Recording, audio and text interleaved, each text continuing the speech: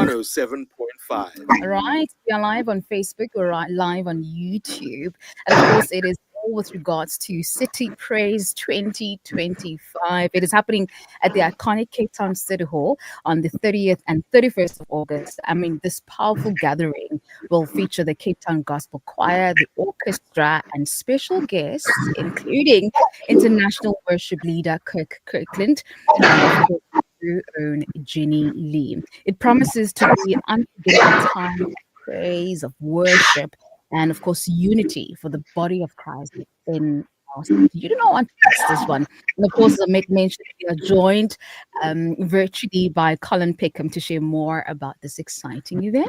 Good morning, Colin. How are you doing? Good morning. I am fine, thank you very much, from a fairly warm Scotland where I happen to be at the moment. And what time is it over there? It is an hour behind, so just after 9:15. Okay, fantastic. And your week, how has your week been so far? Oh, we've been doing an outreach during the Edinburgh Festival. Edinburgh Festival is the largest international arts festival in the world. And we've had our big band jazz band on Tuesday night. We had our foot stomping gospel band last night and the night before. And then tonight we're working with local singer-songwriter Steph McLeod. And we've got a concert on the Royal Mile, right halfway between the palace and the castle. And we just open the doors and the tourists flood in. Sure, man. A busy, beautiful week. Love to hear it. Now, Colin, for those who are hearing, about City Praise for the very first time, what's it about? And also comparing it to other worship events, just to create a distinguish there. Okay, well, it's an opportunity to gather together with Christians from all over the city of Cape Town to worship God together. And it doesn't matter what church you come from. It doesn't matter what socioeconomic group you come from. It doesn't matter if you're rich or poor. And I suppose what makes it different, well, first of all, it's in the City Hall, which is just the most amazing venue. If you've never been in there, you really should. Once in your life, anyway, you should go into the City Hall. It's so beautiful. But one of the things that is quite unique about it is that it's a blended style of worship. So it's a mixture of traditional and the latest contemporary stuff as well. And we don't mess about with that. I mean, if a song's traditional, we sing it in that way. And if a song is an absolute banger from the latest, contemporary worship set, we're going to do it that way as well. And the other thing that's slightly different is that the way in which it's presented, we have, yes, you've got your worship leaders. Yes, you've got the band. But we add a choir to that as well. And we add a full symphony orchestra to that as well. So you'll have 60 to 70 people on stage at any one moment. And the other thing I suppose is the cost. We try and keep the ticket price to an absolute minimum. Obviously, there are bills to pay. Obviously, we would love to just give away free tickets. That would be awesome. But the reality is we have to pay the bills. But we price it so that we barely break even on the thing. We're not there to make money. We're not interested in fame. We're not interested in fortune. We're interested in Jesus and making him famous. And so, I mean, last year we lost 40,000 Rand on this event, despite a really good crowd. But that to us, that's the secondary thing. We're not there about. It's about Jesus. It's about Jesus, sure. Now, Colin, this year's lineup, includes both international and local artists. How did this collaboration come together? How did you land, on that particular decision that we're going to have a blend of international as well as local worship leaders?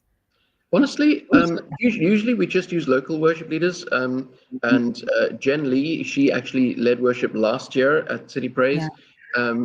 But I just happened to be in Nashville in America, in Tennessee in May, and I happened to be in a recording studio observing a recording, and one of the guys who was one of the lead vocals in that recording was Kirk Kirkland. And I know his dad because I've worked with him in missions. And he's a worship pastor of a church in Nashville, Judson Baptist Church.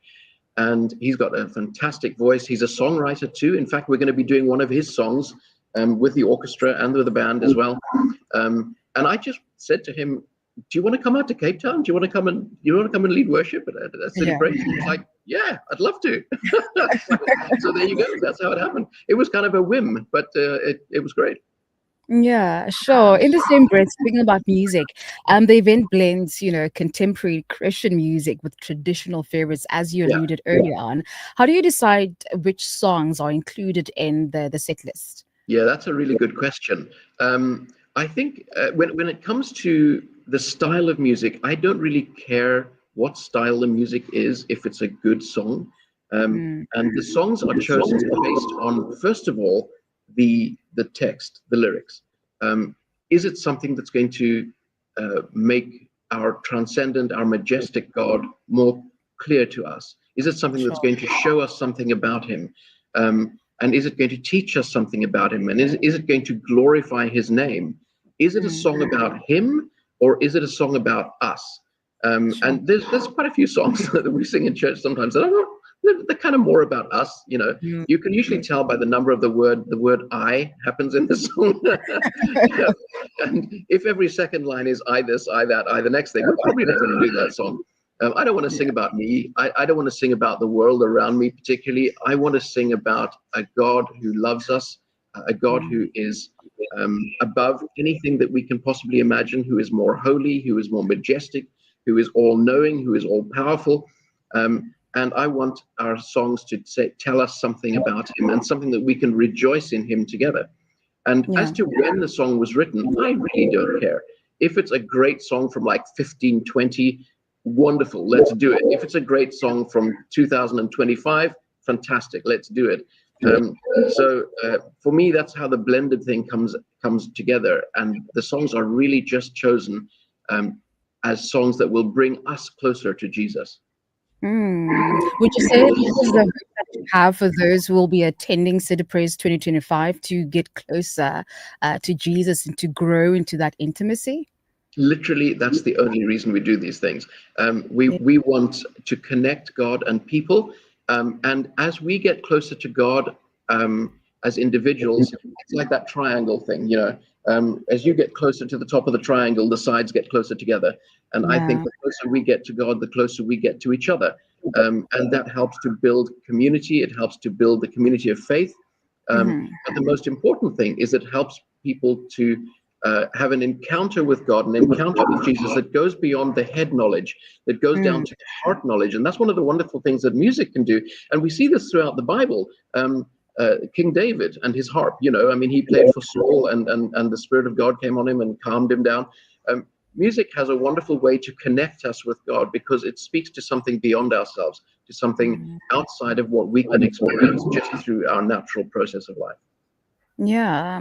So, Colin, you've painted a beautiful canvas of how, or rather, what we can expect at this year's City Praise.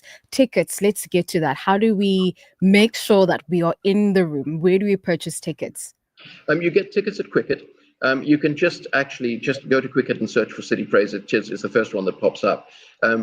Also, this Sunday, we will be at Christchurch Tygerberg. So anyone who's in the area of the Panorama area, they can get tickets there. And next Sunday, a week on Sunday, we'll be at St James Church, Kenilworth.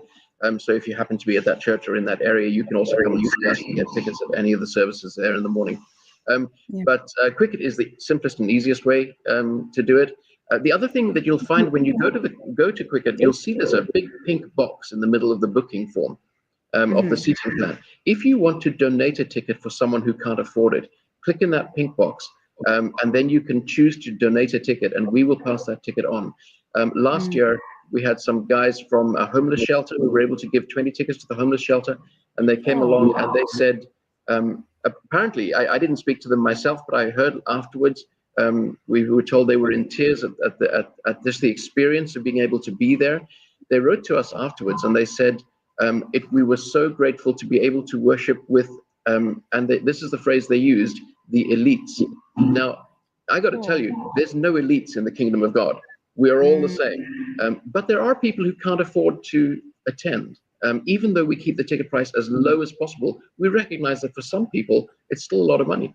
Yeah. And so if you want to bless someone else, even if you can't come yourself, you can go and donate a ticket and we will make sure it gets to someone who can use it. Yeah.